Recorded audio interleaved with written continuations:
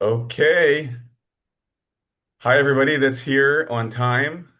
All right, looks like a minute early even for the San Diego Press Club's second 2026 programming event.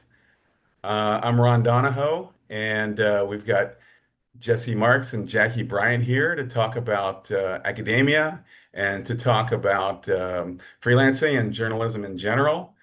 I expect that people will be filing in over the next couple of minutes. Before we officially get started, Linda Rosas is here. Linda is a three varies active member of the press club board. And Linda, you've got a program that you'd like to say a little bit about. I do. Thanks, Ron. Very, very, very is high bar for sure. Um, so the Press Club has a secret society, and I like to say it is a committee of which all good things happen. It is the San Diego Press Club's honorary committee, and it supports local journalism. And the I would say it's almost like a a sidebar of what our mission is, but the honorary committee has a membership where it's $100 a year. It's a very paltry fee. And for $100, what we do is all of that money, 100% of your membership to this honorary committee goes to our scholarship program and our educational programs like this. It is not used for administration at all. And our goal is to increase the number of scholarships that we give out at our Excellence in Journalism awards every year. Last year, 2025, we did two scholarships and we hope to double that. And so I wanted to present what we are and what we do. So we're to get the premise of the honorary committee is we're dedicated to preserving the future of local journalism by investing in emerging talent, empowering aspiring journalists. Our scholarships and mentorship programs provide opportunities and guidance for aspiring journalists and storytellers to grow and succeed. Our mission ensures that the next generation is ready to inform and serve the community as effective storytellers. And then the real important stuff is this is the only committee you'll ever join where there's no meetings. You just get to say you're on the committee. And you get special invites to the HCO, which is honorary committee only events. And as soon as you sign up, you'll have instant karma and good vibes. They will fall upon you immediately. So I'm just going to drop in to the chat. Was that a minute? It could have been 90 seconds. Close Here, enough. Close close enough. enough. Thanks, A little Linda. bit, you got it. And there is the benefits, and there is Insta Karma link right there if you would like to join for a measly $100. So consider. Perfect. That was three varies. Excellent job. I want to ask my trusty sidekick, Tanya, if our President Steve is in here. I don't see him yet. Okay, we're going to get started. So here we go. Welcome to an evening with Jesse Marks and Jackie Bryant in a program sponsored by the San Diego Press Club. Thank you all for coming. My name is Ron Donahoe, and I am the editor of the San Diego Sun. Before we get started, a couple of ground rules. I'm going to ask questions of Jackie and Jesse, and we'll save time at the end for questions. So please hold those questions, but you can put them on the record by entering them in the chat. Um, Press Club board member Tanya Castaneda is monitoring the chat, and she will read your questions at the end. So please don't speak out or ask questions during the program. Everyone should be on mute. Um, Tanya's our Zoom enforcer, and she's prepared to take care of anyone who interrupts. But thank you for your help in letting this run smoothly.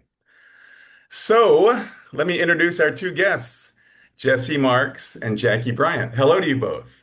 Hi, Hey thanks Ron, for thanks for having having us. us. Absolutely.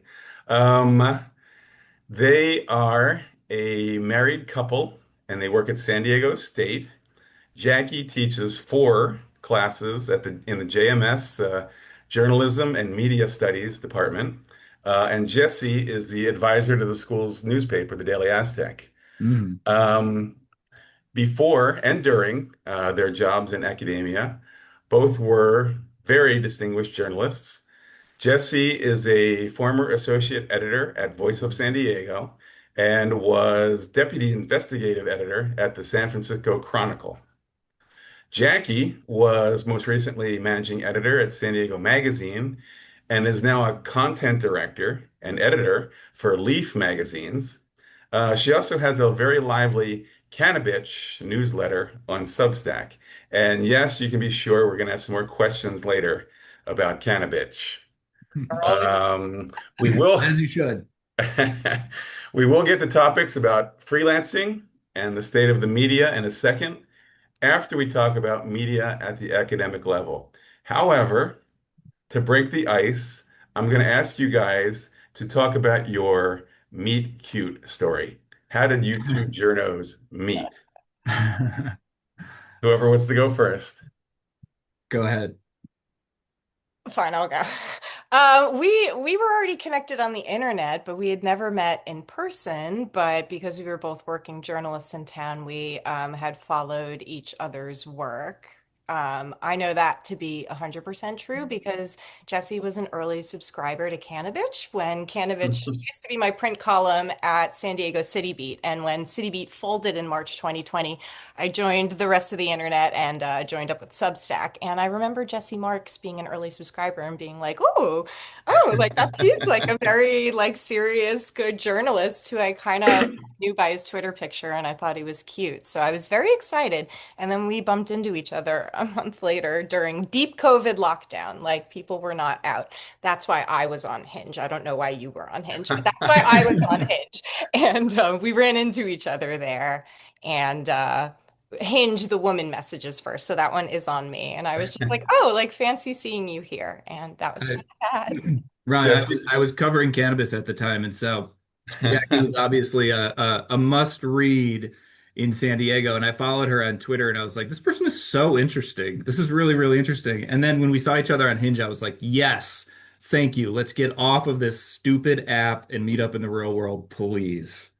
Here we There are we go. on Zoom, separated by a wall, but like we're here, you know. Yeah. Perfect, perfect. So, you guys, if anybody saw the promotions for this Zoom, they saw you two posing with an Elvis impersonator. Yeah, that was Uh, also a shotgun wedding, actually. Who, I was six who, months pregnant at the time. Doc, that's who what I was is going to ask you. he's from OB, by the way. What's that? That Elvis impersonator was from OB, but we obviously took the picture in Vegas. But we showed up to the chapel, and he starts chatting with us. We told him we were from San Diego, and he goes, "Oh yeah, so am I." And we were like, "Wow, small world. Okay, let's do it. Let's get it over with." He was great. Perfect. And you guys have a son. He's Mhm. about to turn 3 years old. His name is Jules. Yeah, little Nice. little blonde towhead. Yeah, and he's in the SDSU family too. He goes to I, school at the Children's Center. So I was going yeah, to ask if there's we're any all on hint. campus. I was going to ask if there's any hint that he's going to grow up to be a reporter. We've talked about that, and I it would be an honor, but also it's a hard living. It's hard to stay in the game, right? Just to be totally honest, and we're honest with our students about this. And we've both pivoted so many times. I'm sure there are many more to come. And it's you have to really love it. So if he loves it, we'll figure out how to get them in there. But if he has any inkling he wants to do something else, we will also definitely encourage that. Yeah, Perfect, I've perfect. obviously had this thought though, Ron, because he's already obsessed with books, and I'm like, great. And so, but at some point we will have that conversation with him, and it's eyes wide open for us, for Jackie and I. It's we're not gonna bullshit it for you. We're gonna tell you what it's actually like out on the real world because we don't want you to be disillusioned and surprised, and we want you to frankly steel yourself now before that because Yeah. it's We're definitely going to talk about some of those yeah. things, but it's obvious that you're starting at home with what you're teaching your students, and that's really my first question. I guess I'll start with you, Jackie. What are you teaching these wannabe journalists at San Diego State? Yeah, so I am currently teaching media writing, which is sort of like, a lab for media writing, which is like the main boot camp. It's mostly sophomores and juniors across the JMS majors. So you have PR majors, journalism majors, media studies majors, and this is like their first exposure to all types of media writing, from press release to feature writing and news writing and all kind and opinion writing. So that's kind of like what we call the boot camp, because they have a different assignment every 2 weeks that they have to report for. And it's the first time they'll ever really be producing written work in a reporting style. Under professional consideration and in AP style. So I teach that. I teach a social media course, social media influencing and community leadership, which is an upper level course that's about it's about posting. It's about, if you are someone who works in social media or uses social media to communicate, you should be authentic and be a leader. And it's about leadership and authenticity studies, and we bring in like all kinds of different like leadership formats, and we analyze those through social media and try to make like good ethical content, whether you're making it branded for a client or you're doing it for journalism. But most of my students in that class are PR and marketing majors, and I do some branding, social media work as well. So that's a nice place where I get to exercise that part of my career. I teach the Daily Aztec, the class for the Daily Aztec, which is the newspaper at San Diego State that Jesse is student media manager oversees, along with KCR, which is the radio station. And so Jesse and I co-teach that. I'm the lead instructor on it. Jesse's my TA, and not really, but well, actually kind of. And and Basically, yeah, yeah, glorified. basically, kind of. And we teach reporting directly for that class. Students have 3 assignments a semester, and they are reporting directly. They are publishing. We remind them that the Daily Aztec is not just a student newspaper. It is a real newspaper. It is a real publication. It's the paper record of a major power center in San Diego, San Diego State University. So we try to get them to think a little bit bigger about the world that they're actually tackling in that class. So that's amazing because we style it in more of a graduate style. They are actively reporting, publishing. They're on the hook. Like, this is real journalism. And I also teach a multimedia capstone. So they're seniors, they're graduating, and we do one big multimedia project over the course of a semester. It's news. So they have to find a big, meaty news story and report it, and make a documentary style video. They have to make a social media video. They have to make all the other multimedia elements like infographics and maps and other graphs, and they will present it to the department at the end of the semester. So we're doing a lot of work over here. Yeah. We're- Wow, sounds they are like it. I too. understand you just got off work teaching three of those classes today, right? Yeah, So we've been talking about journalism all. so thanks for doing this. Um, Jesse, so I'm the editor of San Diego Sun, and I've had several SDSU interns over the past few years, and one of my interns one of my interns is the current editor of the Daily Aztec, and that's I'm going to shout out Callista Stalker. Hmm. So she did a great job for me, and I'm sure she does a great job at the Daily Aztec.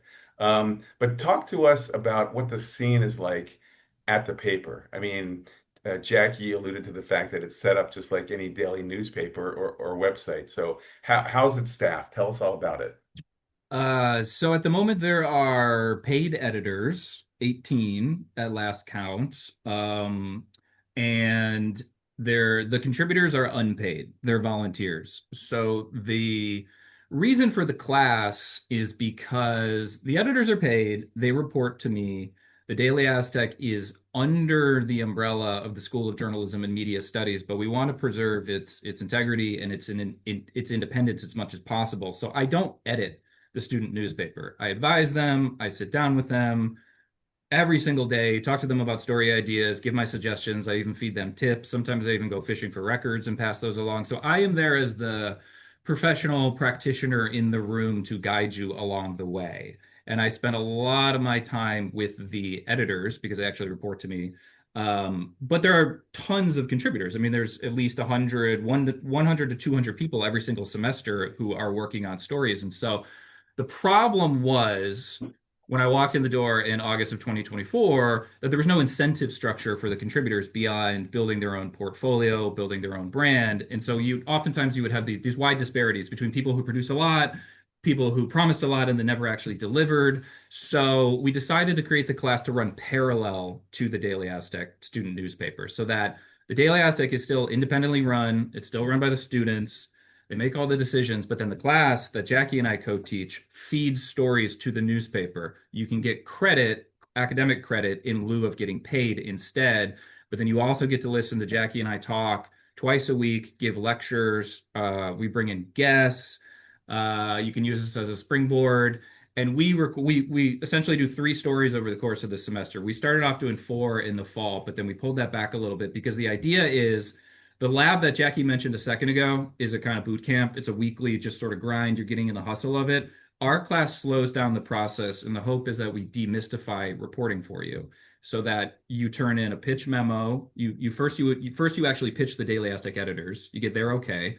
Then you turn in a pitch memo to us. Then you turn in a reporting memo where you outline all of the reporting you've done, who you're going to talk to, which data, which records you're going to get, this or that. Then you turn in a draft. So we are grading you on basically how hard you're trying, how hard you're thinking about it, how many sources you've gathered up, et cetera, et cetera, et cetera. And then we push it to the editor. So we've kind of created this little assembly line to make sure that the Daily Aztec is producing more often and a better quality of work overall. Does that make sense? It does. So the students who take the Daily Aztec class, they get credit, they get school credit. And do the paid editors also get credit? No, they just collect a check every month, but they can take the class if they want to. And Callista actually in the fall took the class as well, which worked out really nicely because that was the first time we taught it. So having the editor in chief in the room was a huge help. Gotcha. There, I feel like there was at least one story that the Daily Aztec had that scooped the local press. And I'm remembering a story about Snapdragon Stadium and Yeah. tickets. Talk about how that came to be. That was Connor Larson's story. Actually, Jackie, do you want to talk about that? A little bit. This is Okay. my favorite thing probably that's ever happened in the world, so thank you. Yeah, this was our one of our first stories right out of the gate, right when we started teaching the class. And it was actually right after we started saying, first of all, FYI, like again, this is not just your college. It's a very big college, very important in and of itself, but this feeds up into everything in San Diego. Everybody in City Hall has graduated from here. Everybody at every major corporation in town has graduated from here, et cetera, et cetera, et cetera. So of all your friends and neighbors, state is crucial to the economy here. It's one of the biggest employers in the county.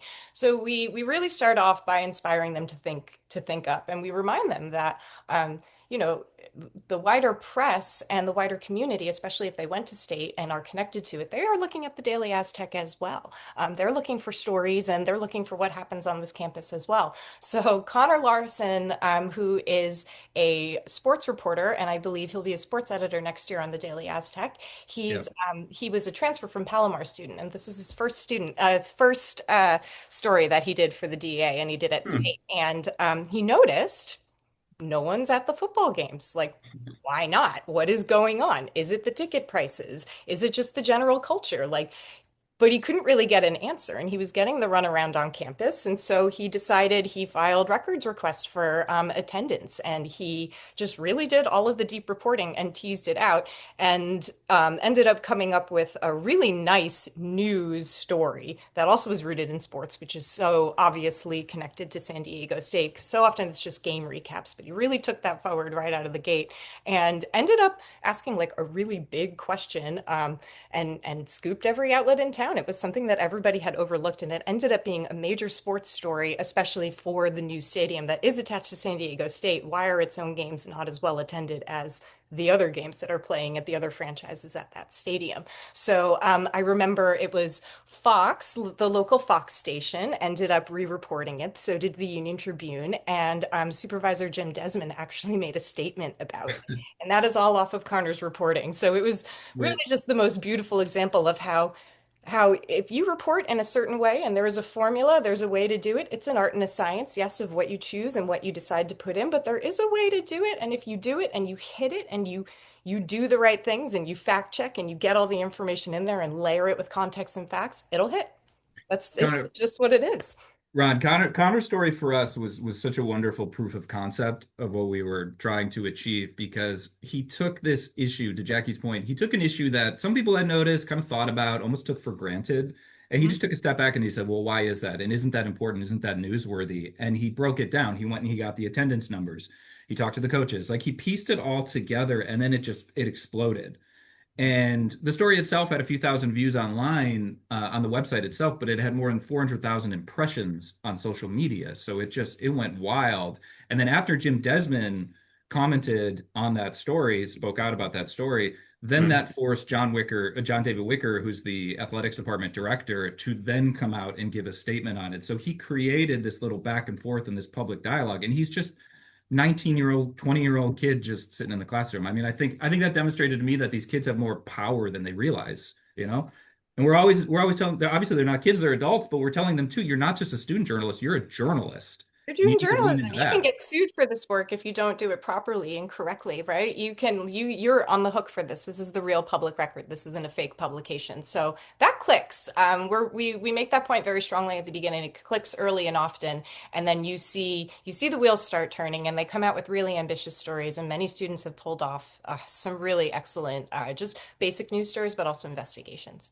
Yeah. Yeah, one of the things I love about that fact that this story was done by the school paper was that it was there for everybody to see. It was for everybody, every sports reporter could see it. If you watch it on TV, you could see that. But one person stopped and said, "Why?"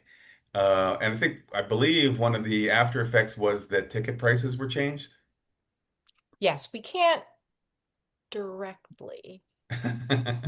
They also, I believe, oh, actually, while this was happening, after Connor had made contact with the athletics department, and they were not really, forgive the pun, playing ball. They did have they gave away like a whole bunch of free tickets to the game in like a Yeah. publicity effort to try Yeah. and drum up. We cannot say for sure that that was connected. We certainly cannot, but it's a reasonable assumption I'm willing to make in public.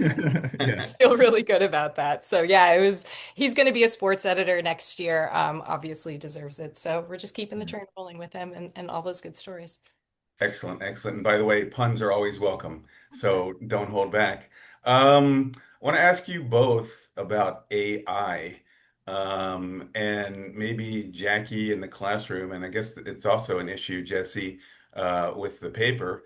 There have been stories about problems with plagiarism in papers that are turned in, and God forbid, with stories that go to the newspaper. But do you guys see this, and how does AI affect college journalism?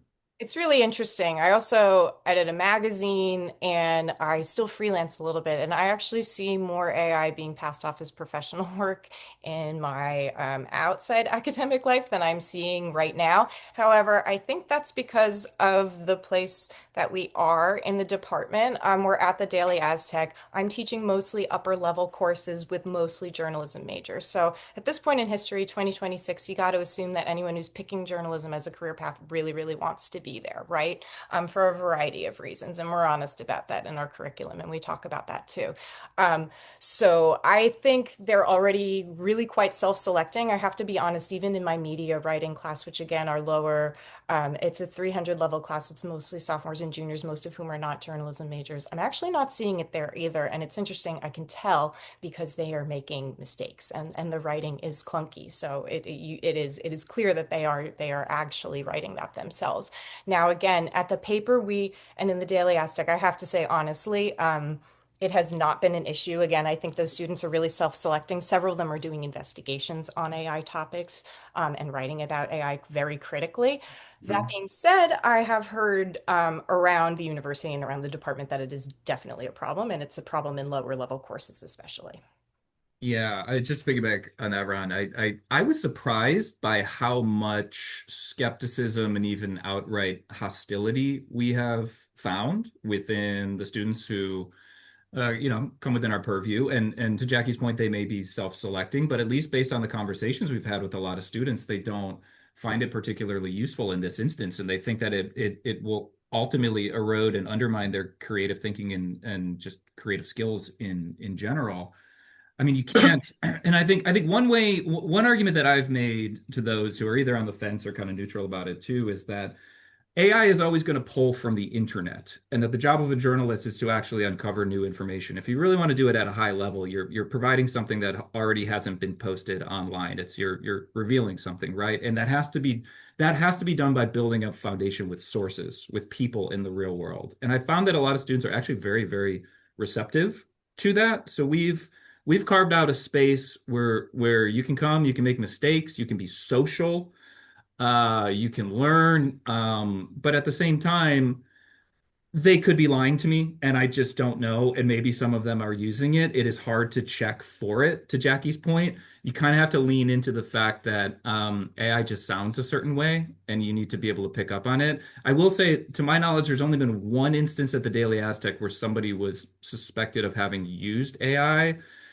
and I was asked to take a look at that, and I pulled up the Google document that the contributor had shared with the editors. And sure enough, I went back through the earlier iterations of it, and I could see that this contributor had been struggling a little bit with this draft over the course of a couple of days, and then all of a sudden, poof, like that, within like a 10-minute span, all of a sudden it's really nice and it's completely different and it's rewritten. But then the Mm. problem was, and I passed it back to the editors, and I said, I'm pretty sure this person used AI on this story, so you guys handle this how you feel is appropriate. They went to the contributor and they asked her about it, and she said, "No, I didn't use AI." And what are you going to do? What can you do beyond that? Like, I mean, they decided that they probably wouldn't work with this person all that much anymore. But we didn't have a smoking gun. It was just kind of a sense based on the circumstantial evidence that I could see, and I think that is the challenge that everybody's grappling with Yeah, at if the you use it university. to generate copy, of course you can edit it. And I think especially people who are studying in a professional writing track know that you can, they're less willing to trust what the chatbot spits out, right? And they probably would edit it. That being said, there are still certain sentence constructions. I think the pervasive use of inversions for emphasis in AI, the use of triplets in certain ways, like they're beyond just certain like words. There are different grammatical things that, gotta be honest, they have not been writing long enough to know some of these. They're just, some of that is just muscle memory. It's just kind of like an age and use thing. So I look out for that too. And I try to like I'm not like a total Luddite in the sense I keep up with the tech and try to use it and play with it myself to make sure that I know what I'm working with, right? So I think we have a pretty good handle on it, but again, we are in a unique place. Yeah, I mean, are there any positive uses for AI that you guys are implementing? You know, it gets talked about in the real world that certain repetitive processes can be, sped up by using AI. Is that reaching down to the college level at this point? Totally. Yeah. At least at the Daily Aztec it is because it's encouraged with interview transcriptions. Hmm. And Okay. I use it myself for interview transcriptions. I think that's a completely legitimate use. Although as Jackie has pointed out before, even though it's more labor intensive to have to go back through your interview and listen to it and transcribe it, um, there is some value in actually doing that. And so I'm conscious and I'm aware that I'm giving that up. And yeah, and I use Otter and I have used it for years for transcription, but there was also a very long stretch of years where I was doing that transcription by hand. So like I know how to judge if it's picking out good quotes. And so we do tell them that too. We're like, you may not have to do this by hand forever, but you will never learn unless you do. So it behooves you, at least while you're here, to learn the work, and then you can tango with your employer wherever you end up after and see what you'll be required to do, because it is the truth in many newsrooms today that they are required to use AI as a function of their work.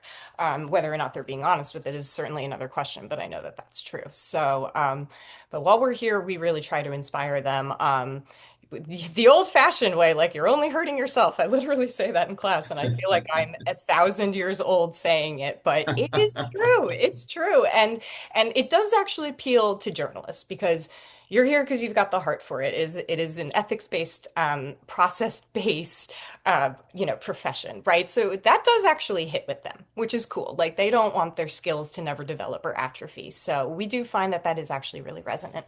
That is Yeah. sort of a good. Oh, I'm sorry, Jesse. Did you want I'm to add having something? light issues. Sorry, I'm adjusting. I was just going to say to round out your question, Ron. There are a couple of do's or don'ts, acceptable uses and unacceptable uses, and I at least at the Daily Aztec in their handbook and their policy manual. So like you can use it for idea generation, you can use it for basic SEO, but you are still supposed to disclose that to your editor, even though you don't. I don't think you do not have to disclose that in an actual story.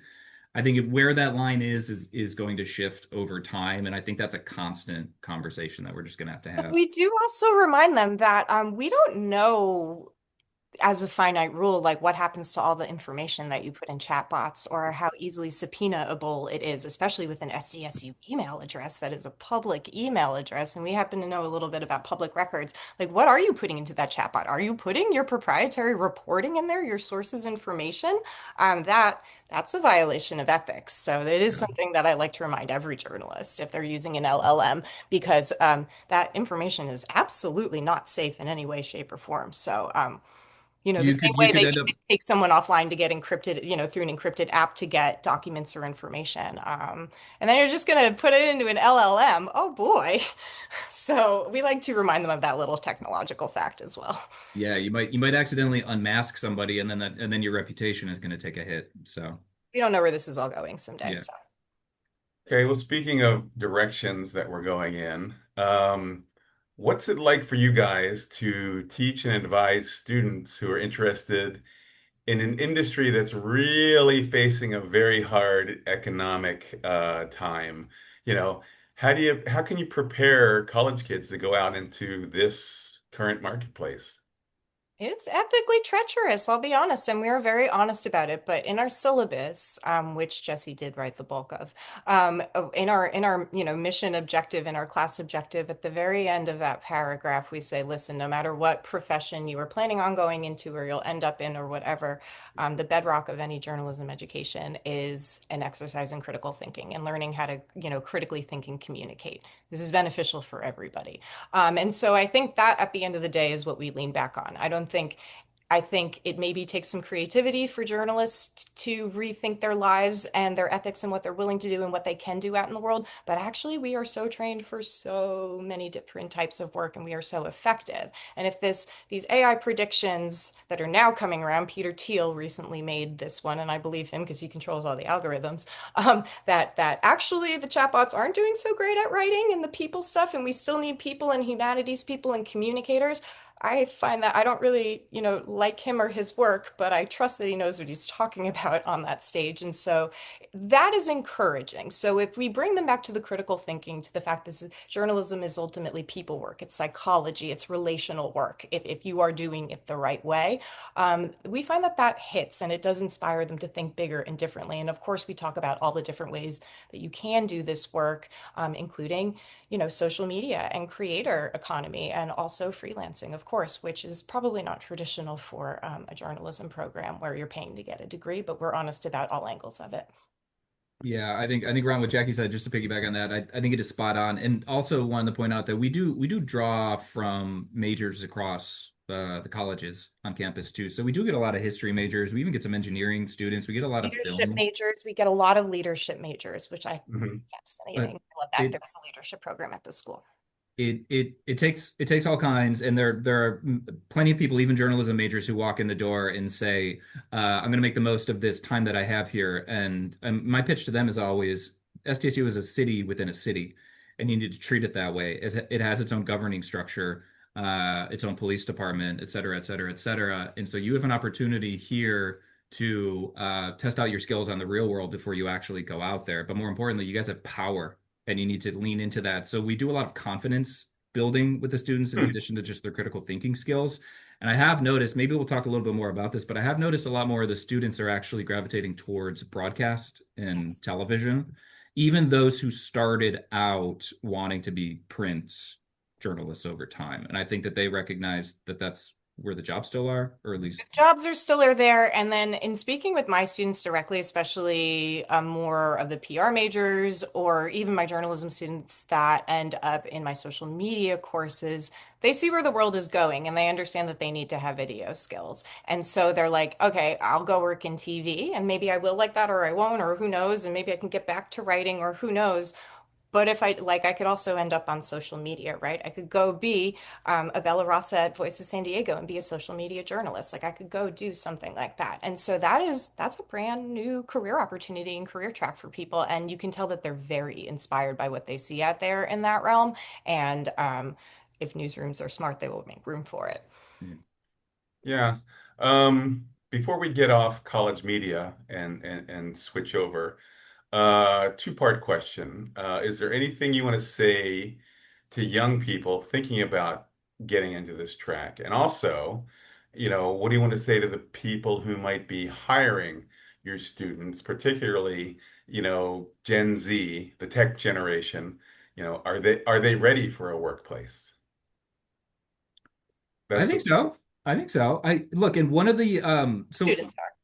when I was at when, when I was at Voice of San Diego, I was the I was in charge of the internship program. And as we talked about before, I hired a lot of students from SDSU, and that was in large part, I would get applications from everybody. And I would get a lot of applications from students who went away to Stanford, even Yale, different places like that. I gravitated towards SDSU because I found the students who were coming out of that program had a less abstracted theoretical approach to journalism. It was a more practical, hands-on approach to it. And that's why I also targeted the Daily Aztec as a hiring manager, because I knew that that was where the grunt work was taking place and people actually had that experience. And so, It's um, it's yeah, true. FTSU up until recently was, the last 15 or so, 20 years was more of a commuter school. A lot of our students are first generation college students. A lot of them are non-white. A lot of them, this is a Hispanic serving institution. And so lived experience is very important for these students. It's a really big deal for a lot of these folks to be in the room and to just be on campus. So they come to it with this eye and this fervor for real community reporting and making their communities better and informing their communities. That, again, is so much less of an abstraction than the ivory tower journalism that comes out of journalism grad school. Like, it is just simply a desire to communicate to their community and to bring the news to their community. And so I think we're both really inspired by that aspect of the student body. And I think it's something that makes state unique.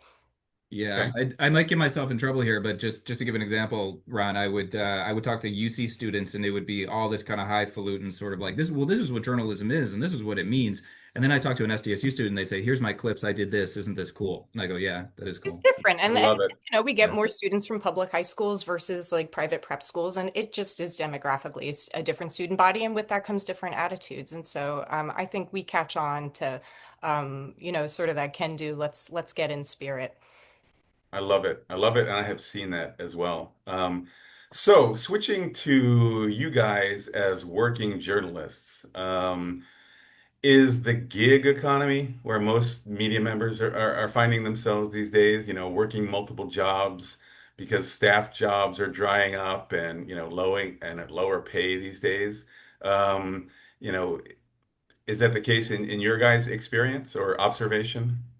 Yeah, it's hard to have a staff job. You wear a million hats. I think any of the people working on staff who may be watching or who have, and I think any of the comms folks who interact with them know that folks at media companies are really stretched thin.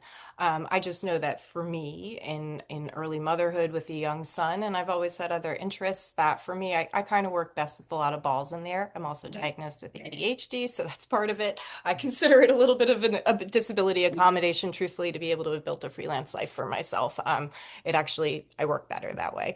Um, but I set that up because I am skeptical of the structure and I don't really feel great in it because they do like having a staff job, you do get work to the bone. It's just kind of the way it is right now. They're pared down and the same amount of work needs to get done. If you're trying to get advertising revenue, you still have to produce enough to get that. So I think it can be hard out there. And I think for a lot of folks our age, by the time you get to middle age, you do find a lot of people looking for jobs in academia. They go to comms jobs. They go to marketing and branding jobs. I do have marketing and branding clients. I have two brand clients in the cannabis industry that I make content for and write marketing copy for.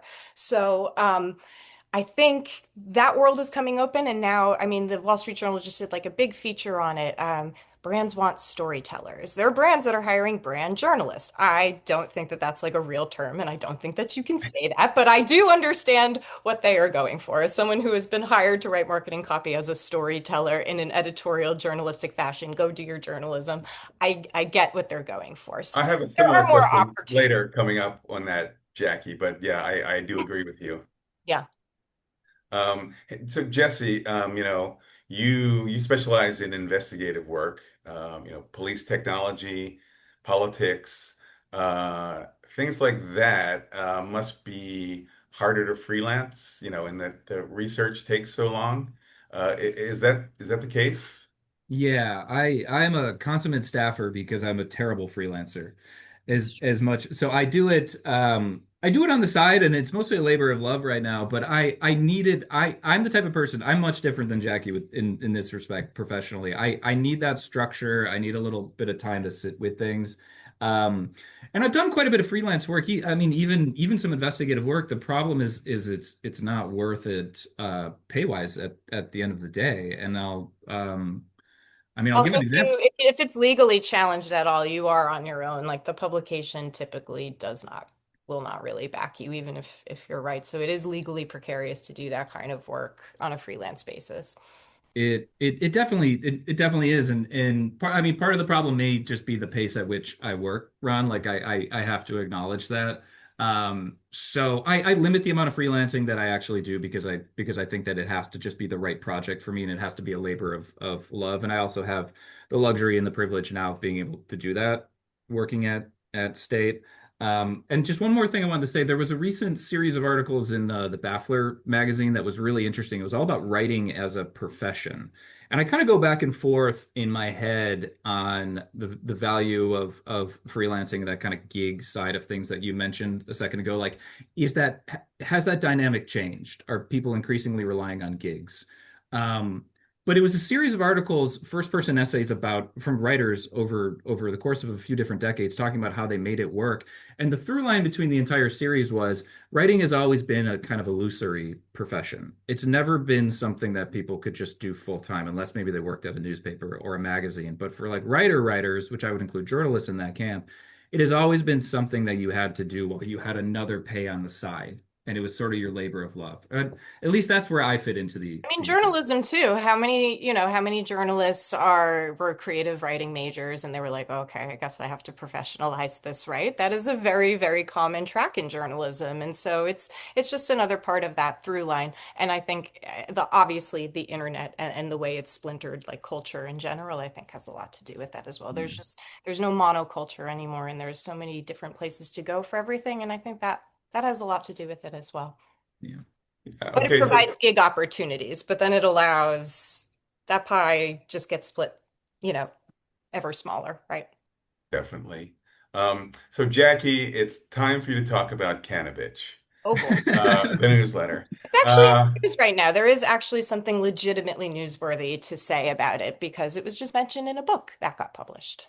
that's great. Well, I was just going to say, give us a little history. You mentioned that it started as a column in San Diego City Beat. So if anybody's not familiar with it, what is it and what's happening with it and what's its future? It's great. That last question is precarious. But yeah, so Cannabis was a column I started at San Diego City Beat. I'm trying to remember the year. I think it was 2017.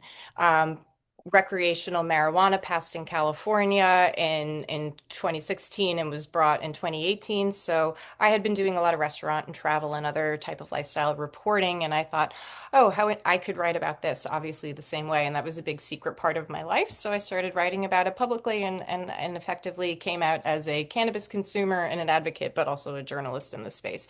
And so we're in cannabis media, and this can cross over, and I have crossed over obviously into mainstream and done a lot of mainstream reporting.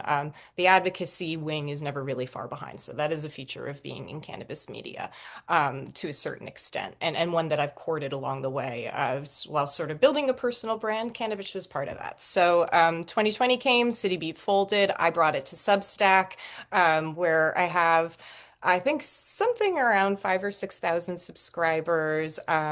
And I was regularly publishing for a number of years. When I joined up with San Diego Magazine, that came down a lot in frequency and is still kind of hanging out at low frequency now that I have so many other jobs. But part of the reason for that is because in 2023, I was actually kicked my so Substack works with Stripe, the payment processor I'm sure many of us are familiar with. They actually, Stripe kicked me off of their platform saying that I violated their terms of service for writing about cannabis because I linked to cannabis companies that market or sell cannabis. They In what year? What was that? 2024. Huh. And so they said that that was a violation of their terms of service, that I was linking out and aiding and abetting cannabis trafficking, actually. And so obviously I said that was ridiculous. I'm merely writing about these companies, and hyperlinks are, citations in the modern digital era, right? This is journalism. I'm not selling anything other than storytelling.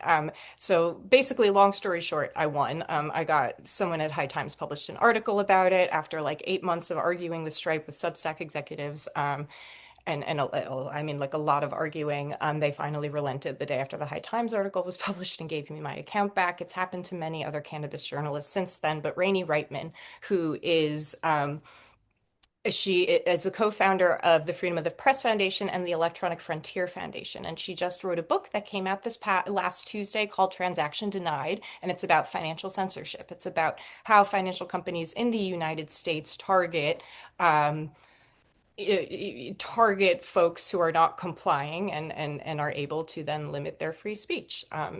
As with me, she talks about people who have problems banking while Muslim. She talks about other journalists, and reality winners. She talks about all sorts of stories. It goes well beyond the cannabis industry. I'm only one part of one chapter in a book, but it's actually an excellent read for journalists. Rainey is a journalist herself, and obviously has founded a number of organizations that help to keep our work free and continuing. So yeah, Cannabis lives again. I need to actually publish one. It's been like 2 months, but it is still alive, and it is still more or less kicking. But that is really what's allowed me kind of to continue my freelance career with sort of this like branding through line, I think. Sorry, we have a really loud dog as well.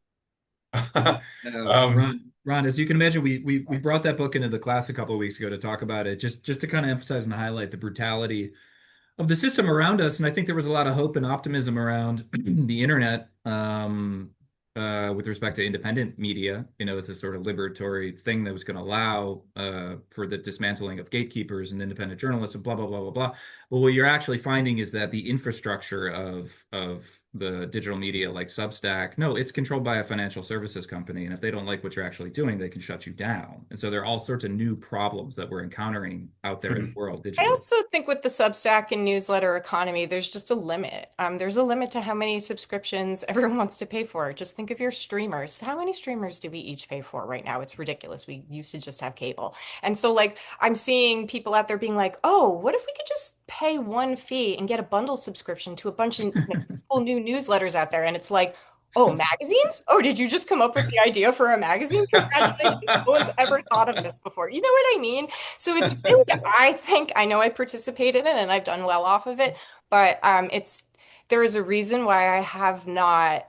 I had a lot of good momentum, and I could have had sponsors and advertisers, and like I was thinking about making it my thing, and I know other people who have, and it just didn't feel responsible or safe enough, especially considering my other banking issues with it. So I kind of ran up against it, and I saw the future, and I was like, this just feels precarious, and like it's just actually further exploiting me in the workplace. And now I'm also my own HR, my own legal team, my own, production team, my own admin. I ended up kind of feeling more exploited doing all of that work. So that's the calculus between staff work, gig work, like right. truly making your own independent publication. There's so much to think of. I have no shortage of stories. Yeah, there's too much to do to produce it, and that's really what you run up against when you're an independent creator of any kind. My knowledge of you and cannabis is that you're, as Ron Burgundy would say, kind of a big deal. Aren't you even certified to testify in court cases about cannabis? I am. So this is a way that journalists one day can make extra money. You can become a federal witness, and whatever your chosen beat and topic is, your knowledge is very valuable in a courtroom. I actually do this work pro bono. I haven't been in a courtroom in a couple of years, but I did recently consult on a case that ended up getting dismissed, I believe. But yes, because of my work, I have been called by defense teams and prosecutorial teams alike, but I only choose to work with defense teams. I've got a lot of information, a lot of esoteric information. When I am in federal court and I'm on the stand and they do have to ask me qualifying questions, they're like, "Did you go to school for weed?" I'm like, "No." Like, where would I have done that? Did you do this? Did you? It's kind of a hilarious situation, but it does prove how like again, esoteric and odd it is to have, I guess, such a knowledge base in something like this that can be used actually and professionally. So, yeah, I have testified on a number of cases, and basically where they end up is I happen to know now that no police departments have the ability to test for THC. So if you get a bag of weed, you there is no way for you to tell if that is actually cannabis without going to a lab and testing it. And no police department actually is able to do that, has the capability. So they have to kick it to the DEA. But the DEA doesn't have time for weed, right? So it's become a very fashionable legal defense, and it hinges on my biological and chemical knowledge of the cannabis plant and how it expresses biologically and like testing knowledge. So it's actually like a very scientific based knowledge process that they keep qualifying me as an expert for. So I'm going to keep riding that train. It's cool. Okay. It's actually a very cool part of my career, and I am out, as in favor of cannabis legalization. I actually I have never really kept that hidden. For me, it's like you know where I stand, and so you can evaluate my work from that perspective. I think in this new age of journalism where we are questioning objectivity, that's the route I chose to take. Like, I'm going to tell you all about me. You can evaluate my work and see how much you trust me. And so, for me, it's an honor to be able, to serve a movement that is still so criminalized and not federally legal. So it's just kind of a way that I'm able to give back with the weird bank of knowledge that I have. Well, you gave us all a productive tip, so we appreciate that. Yeah, yeah, there's a really good legal tip for you if you ever get caught. Wanted to ask you both because I know you both were at our last press club Zoom, where I interviewed Dean Nelson, who's the head of the journalism department at Point Loma Nazarene University. One of the questions I asked him, um, I asked him to describe the San Diego news scene, and the word that Dean used was fragmented. Hmm. And I wanted to see if you agree or disagree and describe what that word in this context means to you. I I think think he, go ahead.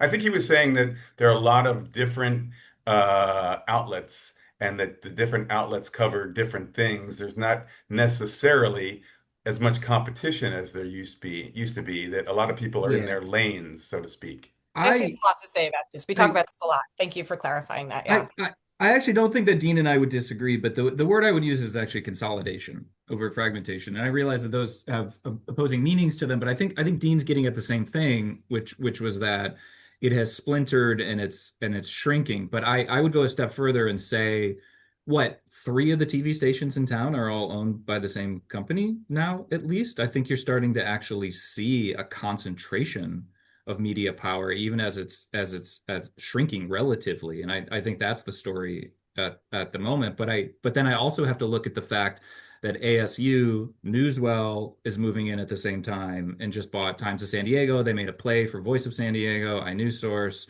So I don't know, Jackie, how would you describe it? What do you think? I Consolidation, I think, is the way I would. It is, but it is fragmented. And again, I think it's because there is no one monoculture. Everyone sort of turns to their little attention source, whatever that may be, or where that is, or where they get it. And so we've lost this ability to harness. And I also don't think media has adapted fast enough to technology and to social media and to capturing people's attention in the right way. And that dovetails with the crisis in media and, digital advertising implosion and all of these things. And yeah, things are going to be they're going to be fragmented, and you're going to have people sort of holding on. And when you don't have robust staffs, when you don't have bustling newsrooms, and maybe you have people on staff, but everyone's at home on their computer, yeah, something is totally lost. There is like a news culture and a sharing of information that's lost. And it is true that everyone's kind of covering different things and these little stories over time, but there doesn't seem to be one continuous like news beat humming through this city. And if I think that's what he was getting at, I certainly feel that way.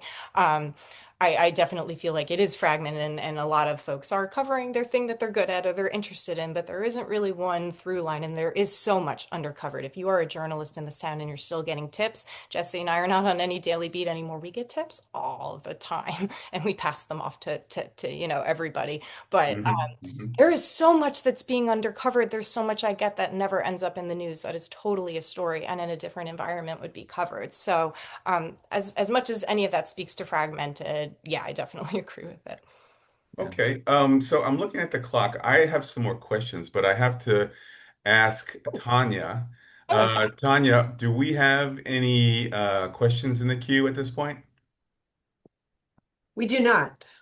So more time to chat.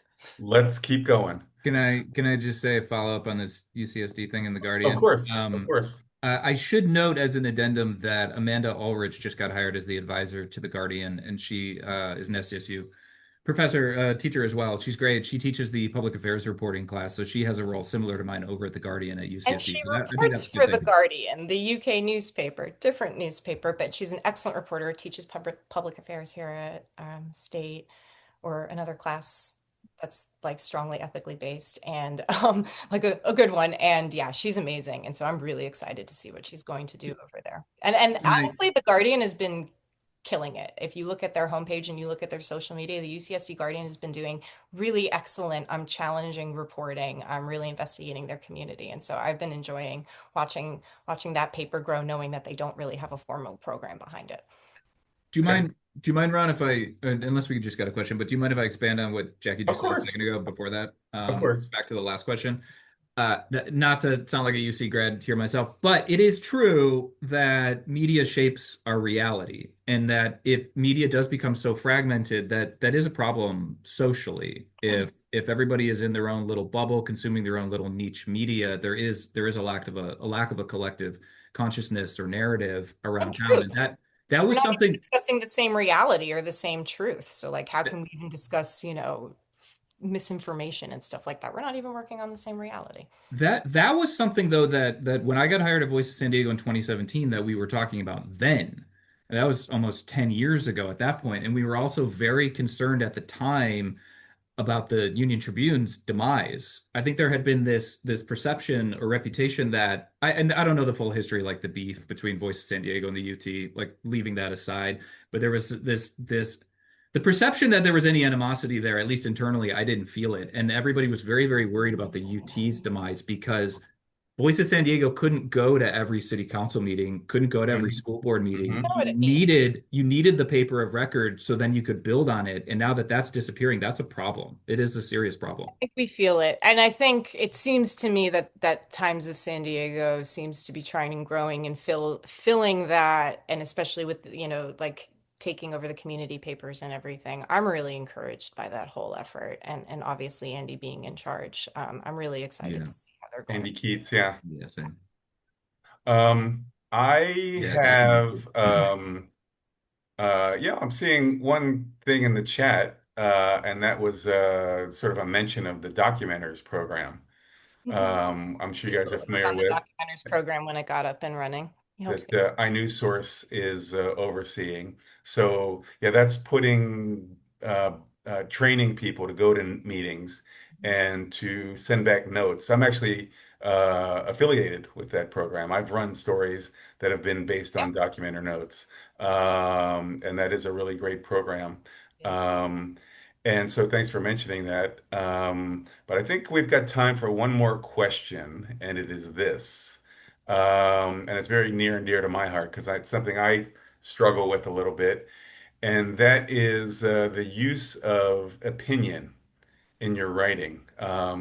So, Jesse, it's probably not the most appropriate in investigative work, but Oh, maybe it I is. disagree. Okay. Yeah, that being said, Okay. I knew all about Jesse and what he was about Well, just let's. from his I'm. byline. I'm. Politically, I could tell exactly where he was, and that's how I'm. I I'm. wanted to know. I'm happy to hear what that is. But let me just say that how do you determine how much opinion to put into a story? Especially because, you know, I'm an old-fashioned, no personal I kind of a guy, but I'm trying not to be a dinosaur. But I'm also told that young readers feel like if a story, even a news story, doesn't have opinion in it, then it doesn't feel authentic to them. So, Jesse, you probably want to jump in. How much opinion should you use in a story? That line is difficult to define. Let me just say that up front. But the way that I approach journalism and think about it is that it is an inherently subjective process. You decide which stories are important, who to interview, how to frame that story. Everything, every single word that you put into the story comes from it doesn't come from nowhere. You're not a floating eye, you're not a scientist in a laboratory mixing beakers together and then like poof, something just comes out of it. It is a social endeavor that you're engaged in, which means that you have to have a moral compass, some underlying values or principles that are moving and motivating you. And I would argue that even the most mainstream of newspapers, metro newspapers, which say that they're objective, still believe in something at the end of the day. And so I dispense with the traditional view of objectivity, and I lean into a more nuanced view of it, which is that your goal is to seek truth from facts, and you still have to be fair-minded. You have to speak to as many people as you possibly can. But if you spend months on an investigation, digging, relying on these principles, your trainings of fairness and this and that and transparency, and you don't have an opinion at the end of it, I don't think you've done your job. Like I think if you go deep enough into a story over a long enough period of time, you should have a perspective on it, and you should be confident that you've been able to present the evidence to make that claim and then let other people judge for themselves. So I err on the side of transparency, present your evidence, and you can make a claim based on it, but you have to show it to your audience, let them decide. Okay, Jackie, this is going to be the last thought of the program, I if you obviously, have I one. obviously completely agree. I mean, even though I am obviously a cannabis advocate, I've done plenty of other journalism and I've written for plenty of mainstream newspapers, including the New York Times, the San Francisco Chronicle, Voice of San Diego, many other publications, the Union Tribune, that requires objective work. It's very clear in my news reporting, even on subjects where I am publicly am out and having a certain opinion that, I'm still able to do what I think is objective work. And I think the public agrees because I've never, never really had an issue with that, right? And gotten laws changed and what have you. So I obviously completely agree. I believe that reporters can be people. I believe that they can have opinions. I believe that it actually only behooves them to have them. But obviously, in your work, everything that goes into that process, like Jesse said, is subjective. What's objective is how you choose to piece it together and how you choose it to present it and how you have your own moral checks and your own, fact checking and checks and balances. That's what your editor is also for. That's what your team is also for. So I think that objectivity is baked into that process much as he does. And I think that the marriage of that is where that comes out, but it's also why you need to have strong training and a strong cult like journalism, social Absolutely. culture around it, because Yeah. that all helps uphold it. You have to have these internal guardrails, Ron, and so you end up being a kind of walking contradiction as a journalist because you're both skeptical, yet you have an opinion, yet you're trying to keep that opinion in check, and then you're doubting yourself. And so like it's just like a sort of, merry-go-round for me in my head, and that's the only way that I can keep it in check. I mean, even the Washington Post saying democracy dies in darkness. Obviously, journalism and a free press is a tenet that we hold dear in democratic societies. But even just saying democracy dies in darkness and putting that on your masthead, that is a political statement. That is not objective in any way. There are many different ways to have a Hmm. government, and there's many different ways to run a society, right? I'm not saying like it's right or it's wrong, but it's certainly not objective, right? So I think to Jesse's point that like even a city paper, a metro paper is going to have a point of view or a mission statement or some sort of raison d'etre. I think that automatically just brings subjectivity into the conversation. Oh, Yeah, and oh, Last thing to say that, sorry, Ron, and then I'll let Go everyone go. ahead. Is that I that doesn't mean that I always have an opinion on every story by any means. Sometimes I walk away from a story and I'm like, this is just a mess and everything's crazy. Totally. I don't really know what to That really being draw from it. said, you did say something interesting, Ron. I do think I doesn't have much of a place in any of this. Mm. I do Mm. think you can have, as I do many of them, especially in my newsletter writing, like braided stories where maybe there'll be like a little essay narrative to me that places me as an authoritative subject in here, but then I'll get into the reporting and I'm out of it. And that's just really an entree. But really, even if you are in the story, and we even tell our students, like sometimes your story is the story, your lived experience plays into this, right? Sometimes the news happens to you. I Right. think that I probably doesn't have too much of a place in any of this. I think if you can't take the I out of your writing and at least write around it for your other audience, because it's never about you, even if you're in it, or even if it's a little bit about you, it's still not about you. I think I doesn't have much in a place of this at all, just to get back to that point. Okay. Yeah. Yeah. The fewer eyes, the better. But you guys, this has been fascinating for me. Jesse and Jackie, I want to say thank you very much for giving us your time and sharing your expertise. I personally really enjoyed this.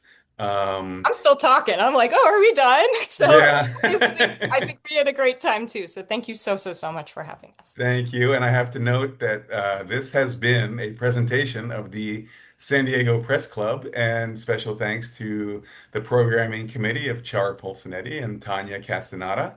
And a programming note, you will soon be hearing about our next Zoom with San Diego Police Chief Scott Wall. On April 27, I'll interview the chief primarily about press credentials. The We'll be SPD, there for that one. yeah, they recently stopped issuing press credentials. So look for more information coming on that very soon on social media. And again, thank you. Personally, this was a pleasure. And come on back, everybody. Jesse and Jackie will be here, and so you guys should come back too. All Thanks a right. lot, Thank everybody. you. Appreciate you guys. Bye. Bye bye. Bye bye.